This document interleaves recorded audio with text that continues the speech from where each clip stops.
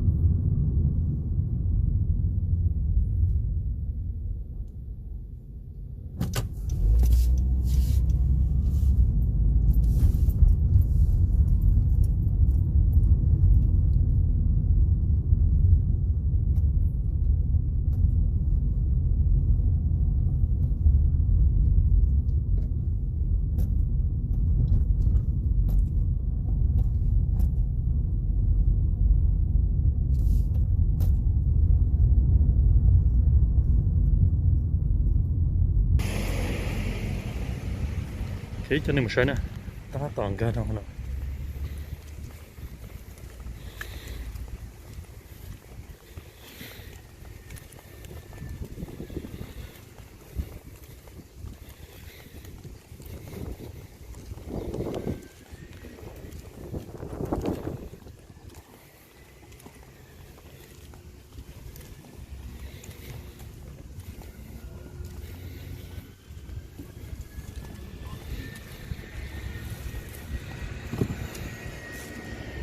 chỉnh gió hay chúng mình này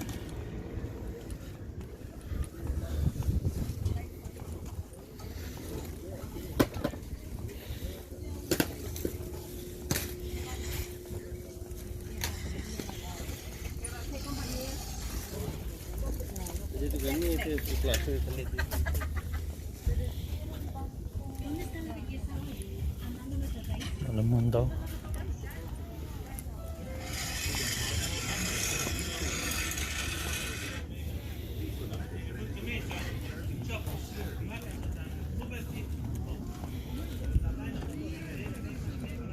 bắt đầu chân đó đấy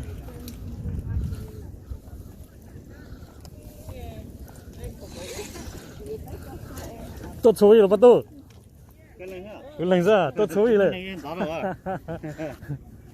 chỉnh gió hay à yeah yeah tôi giờ sẽ mua crab net nè bây giờ tao giờ kinh nghiệm đấy nè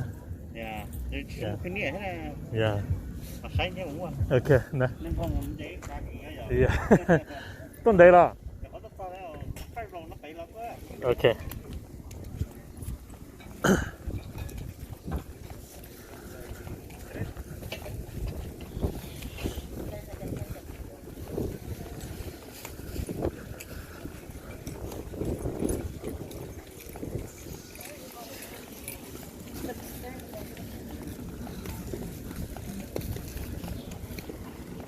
lúc đó là nó mong tuổi trong này nè mong Stockton theo mong Sacramento mới chia nên cái những tuổi số bình nữa nè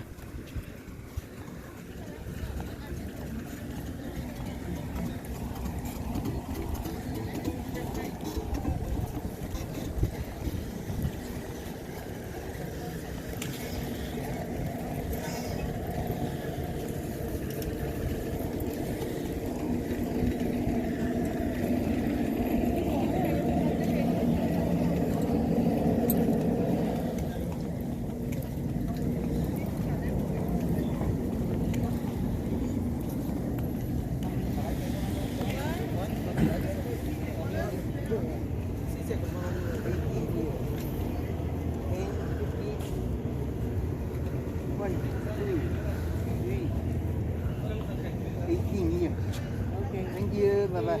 How much are the jumper cable? $10 regular. Heavy duty, 4 kg though, 22. 22? Yeah, because 6 kg, $20. Here, 4 kg. What is it? $1? Huh? It's $1? $2, that's what I say.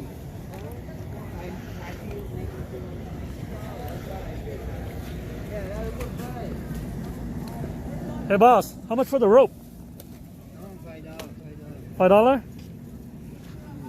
What about this one? $5?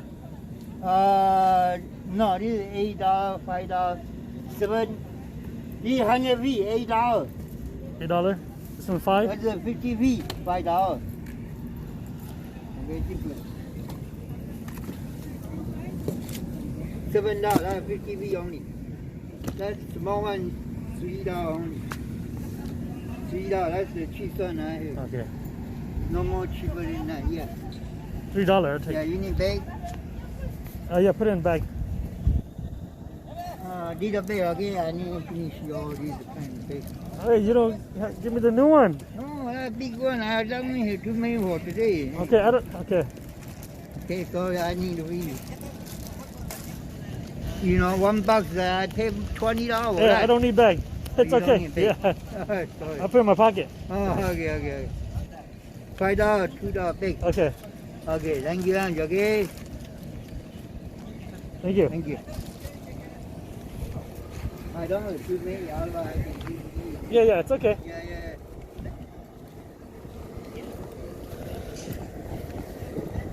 Cho toàn ở cả món na thế này. Chúng nó ha cố dậy của dạng chỉ na.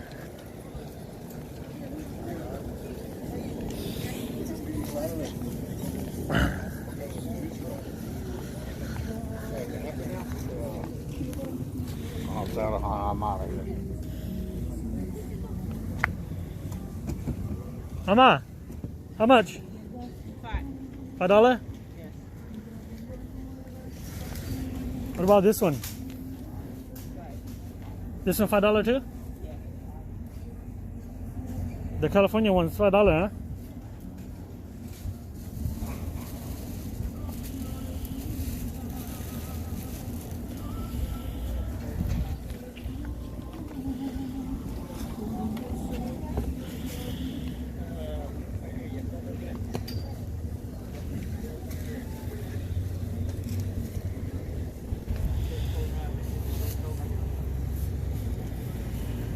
Vậy đó.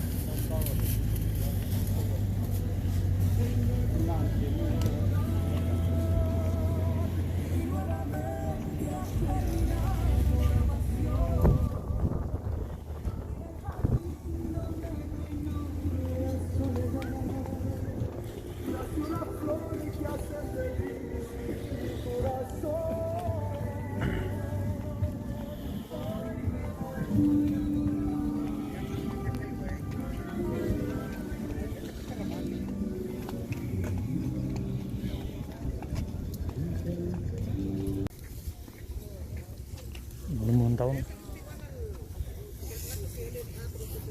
No, yo quiero médico, pero no quiero mucho. Yo tengo como andado ya.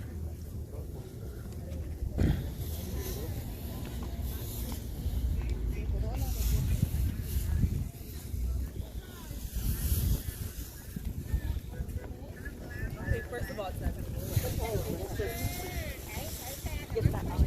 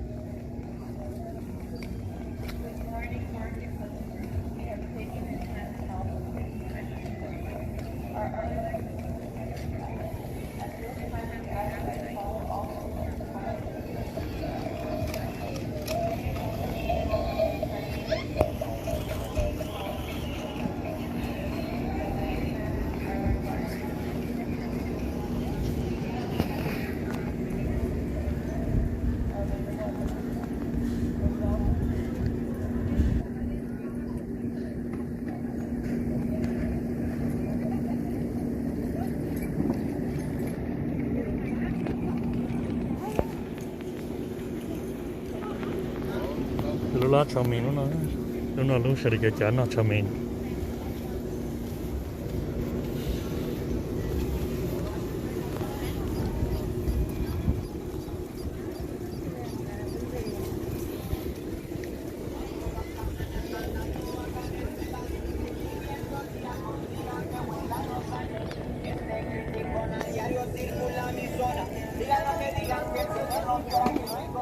Dạ đó đi.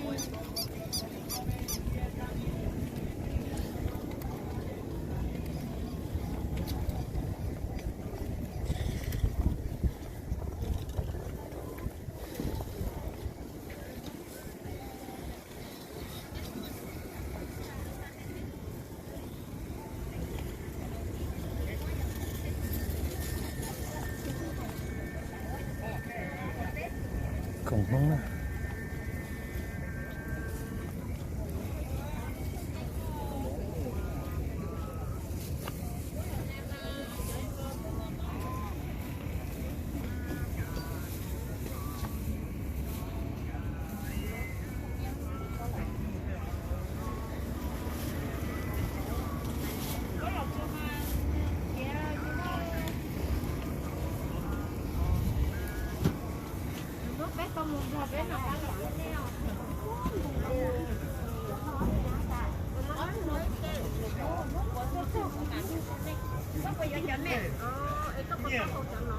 cho mẹ vô mua tết của you là nhớ một cái sản phẩm tôi nhé cái chuyện của nó cái họ thấy nhà mất cho nó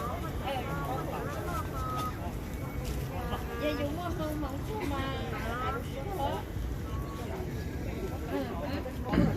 ít cô nào có hay có cái cho một số cái món rau chiên như kiểu như cái đấy còn không thì cái chân họ cho nó thôi để cho một cái chúng là lấy giờ ít không phải chín chưa phải giờ đó phải giờ nó lại giữa tay để cho nên nó lại giữa tay nhé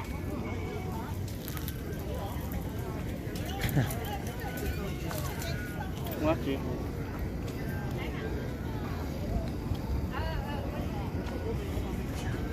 mỗi cái vấn đề接受这样兄弟们恐啊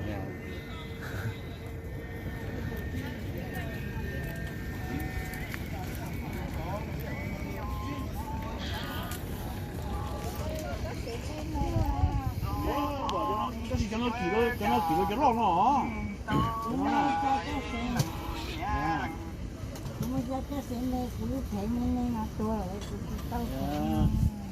mà lúc này như vậy cũng chính là tôi bao giờ lúc này cái xem nó có cho mình đó lòng của nó nữa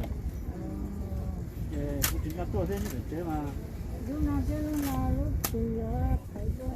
现在不么做省多啊那照着是那去倒流 OK 人天嘛你一路里家人天嘛你倒天我倒流 这头了个更跟到呢真的con này lúc nào cũng cho đi chảo cũng mua theo cũng mua đi xa chảo cũng mua theo cho luôn mà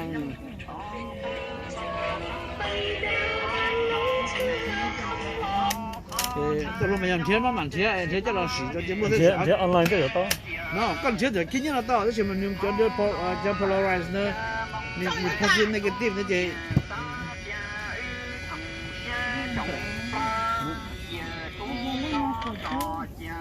tôi muốn tưởng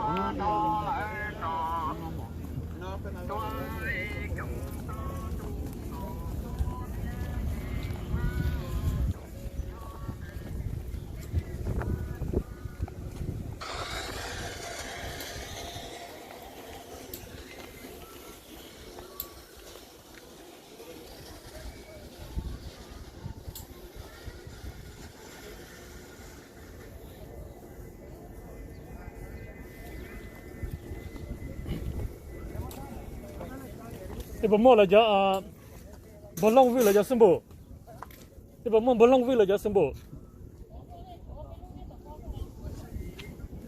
cho nó bây giờ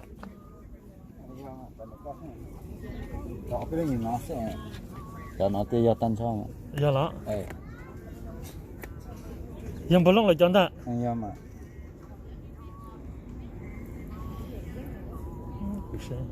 bây giờ nó là chỉ là có gì không ạ? Chỉ có những số này mong xem.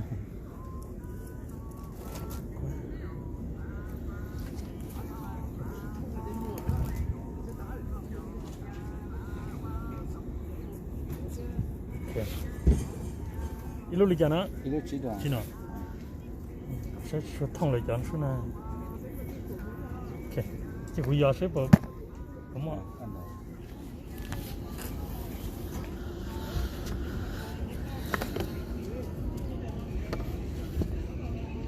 么呢？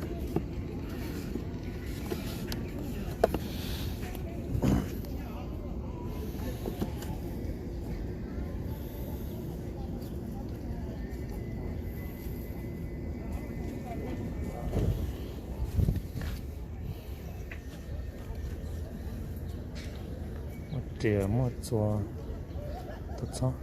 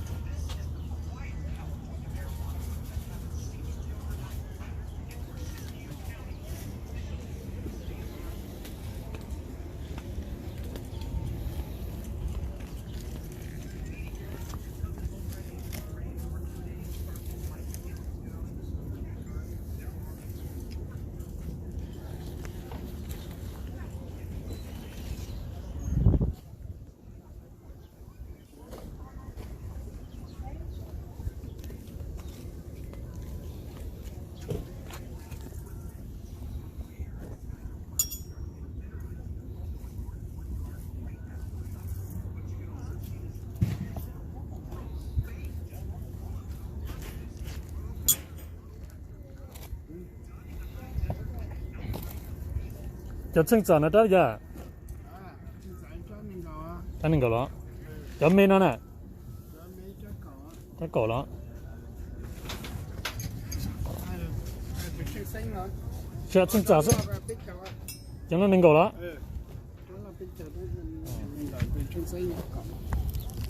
我们要，起码要固定来了。就能钱就很要。แล้วก็นี่เราจะนั่งคู่เถาแล้วมึงมาจุดตาแล้วมึงเราคู่จะแช่เราจะคู่ซาเลยดูเยอะตอนมึงเอาปวดแต่จริงกว่าร้อย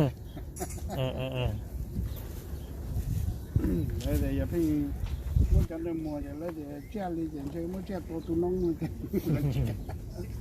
อย่าเฉยจะด้านเฉยได้เยอะก็แล้วตัวแช่ของเรามัวซะน่ะแต่ว่าจะเดี๋ยวของแช่จะแล้วซื้อจุดมัวใส่ที่จะอย่า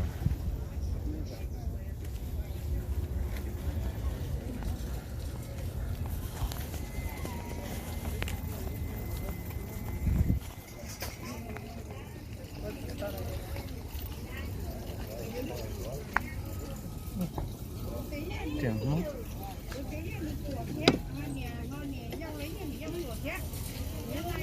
可能到了做，到了，一扎了家，他记着了。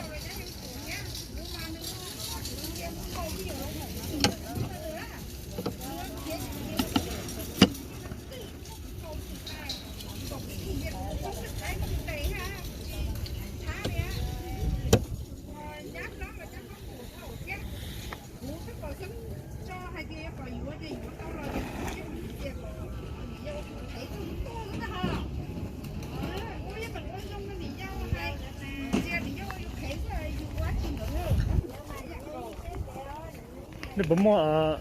那叫呢国家提什么？什么不样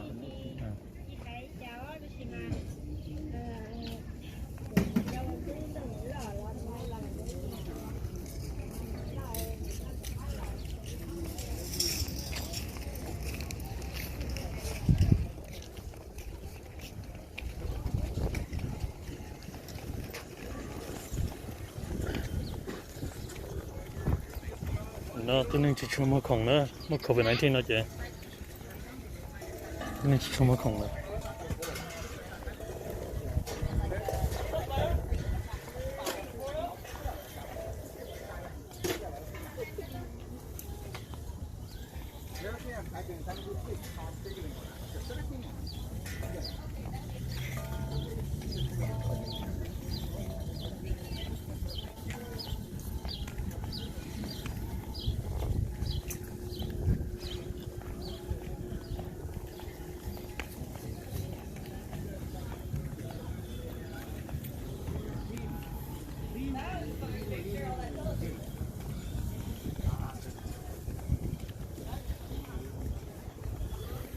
mua đồng này mua dụ như nào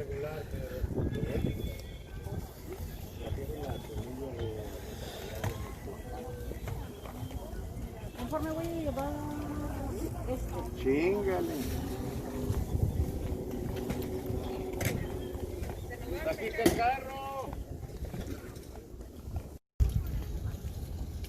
¿Dónde? Sí, tiene que estar atendido.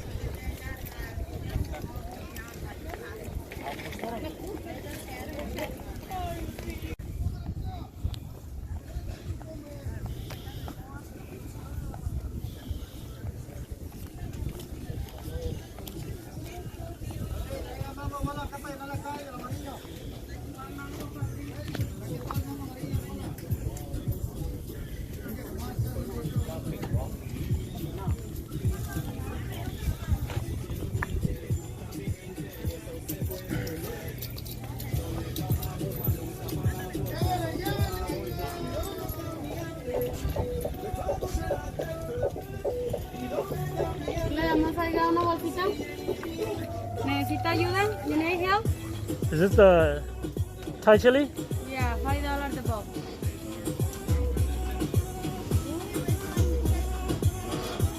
Yeah, I'll go look, I'll come back. Se está tomando video.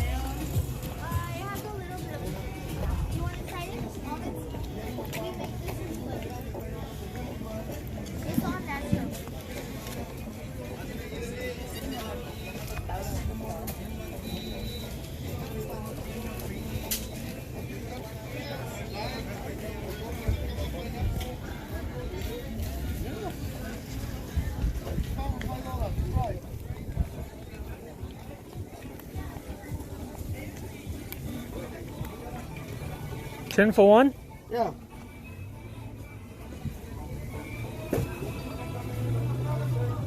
Let me get 10. I'll get my own.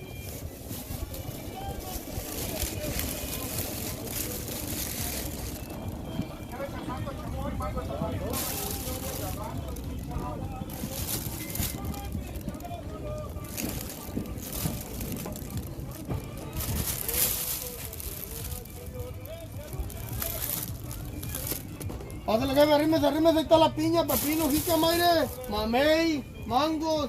Llévele, llévele.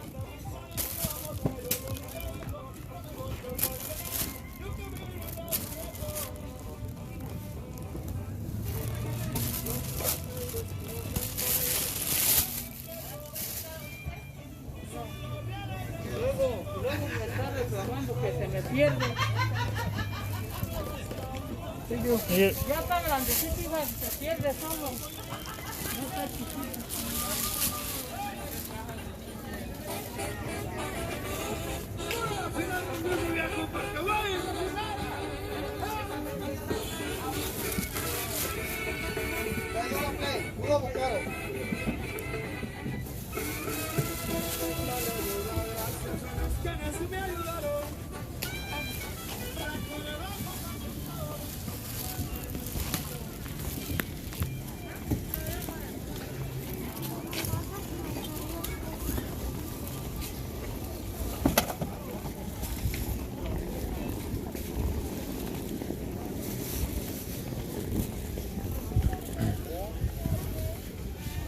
出找出牙了呢，只嘛真当肉不糟，是了。 Dollar bag now, dollar.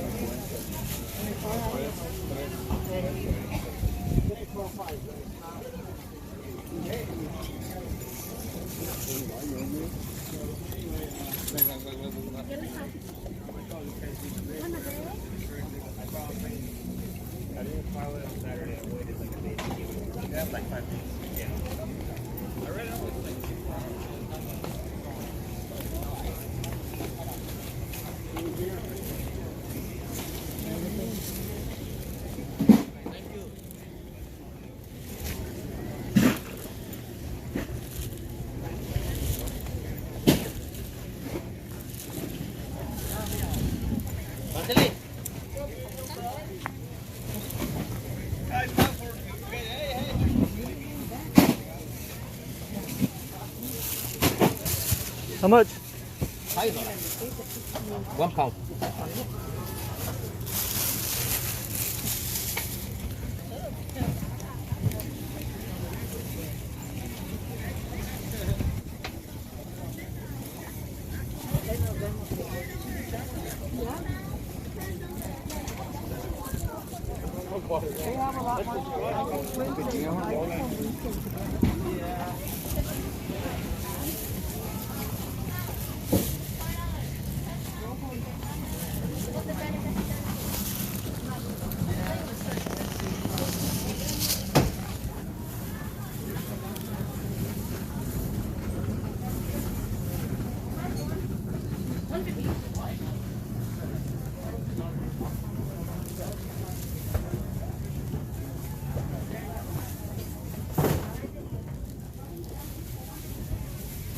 Excuse me. How much are these? $3, you get 2 for $5. Fine. Let me get one.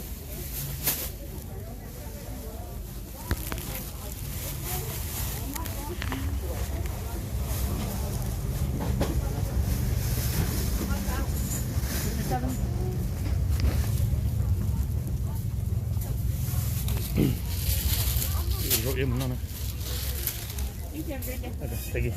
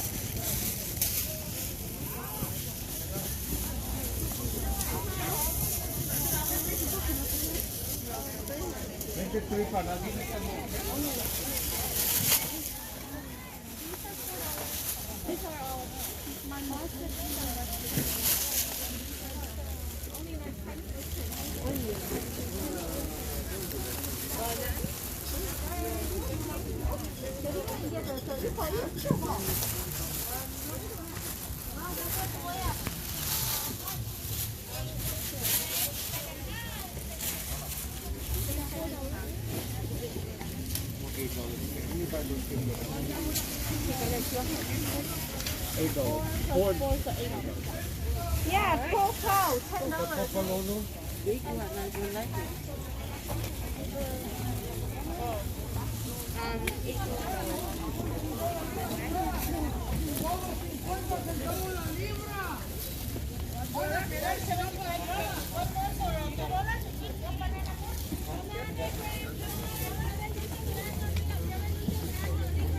Everything's 50 cents a pound. Everything's 50 cents a pound. Oh my God. Oh my God. God. Okay, so this is $1.50. You can put 3 more to make it $2. Is that okay? Okay. 3 more, anything you like.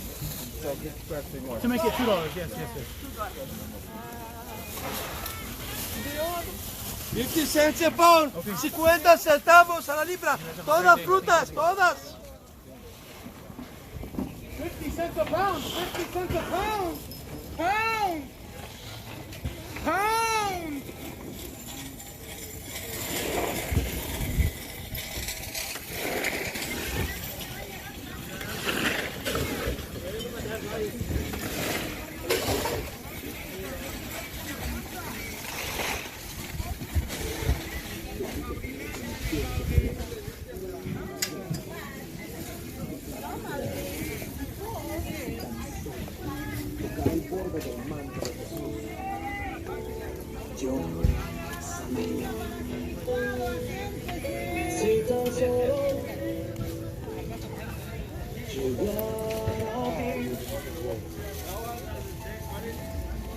Do you have to toast them to get a good roast of them? Yeah.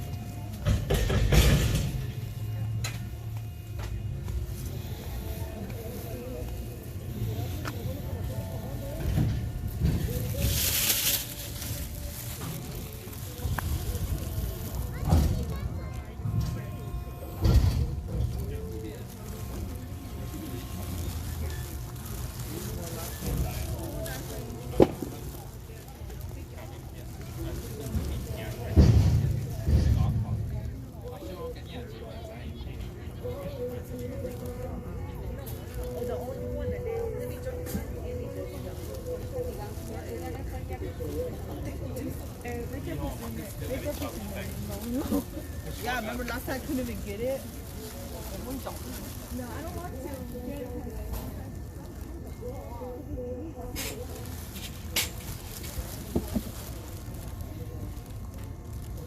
How much it does?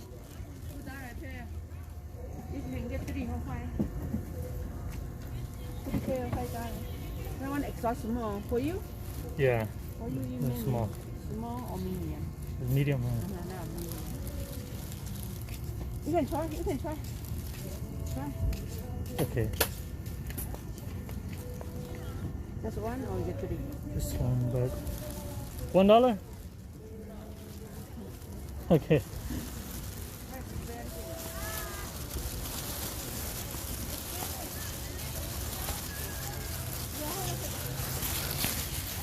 Tôi chỉ tao làm mà tao nhọn cây nó, nên nhọn cây lại mua thế liền.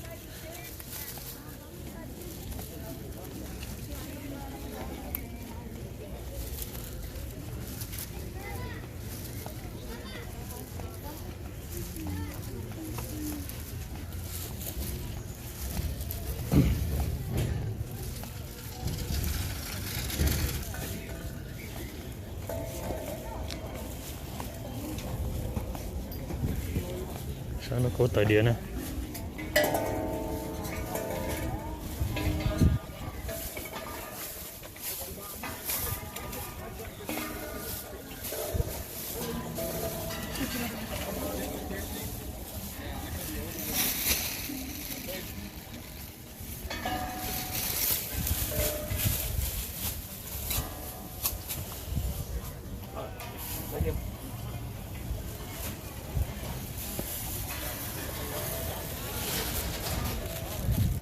How much are these? Those are $1 for each piece, or you get a whole pack of 12 for $10.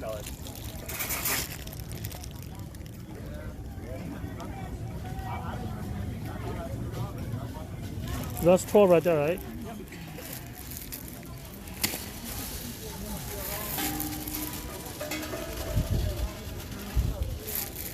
You get a pack.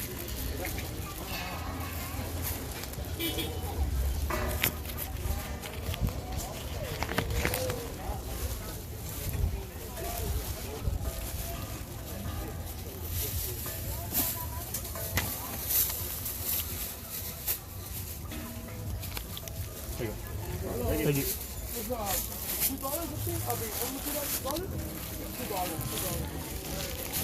Let me get it back for you. You want one?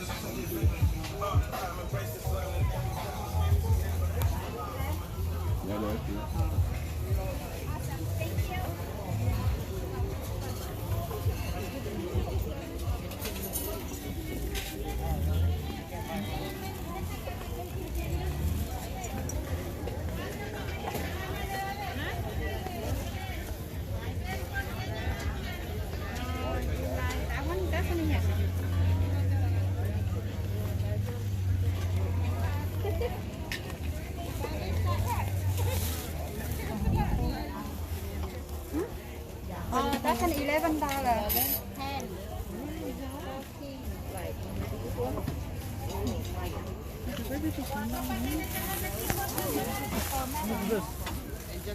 an $18. So like this one. That one is You perfect. need some help, ma'am?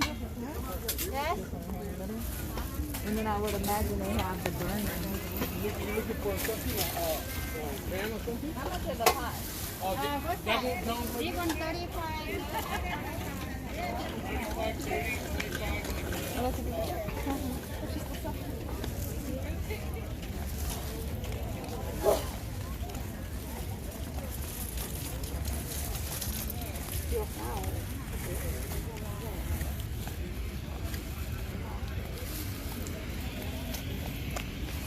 Cho nên tôi gì lúc tao là Wednesday là do lúc gọi flea market nên nó sẽ nè lúc này giờ lúc tao làไปmong ít sựเพื่อthầu xong gì chiều tới đó là mong là nhớ được Stockton đấy chứ cũng có chuyện ta xem mà rồi cũng có mà gì chiều tới đấy chứ nhưng mà tao là nó là cái là hộ gọi flea market nữa nè giờ tao là Wednesday tao không biết nó Wednesday sẽ đợi family mà tua đi nó xem nào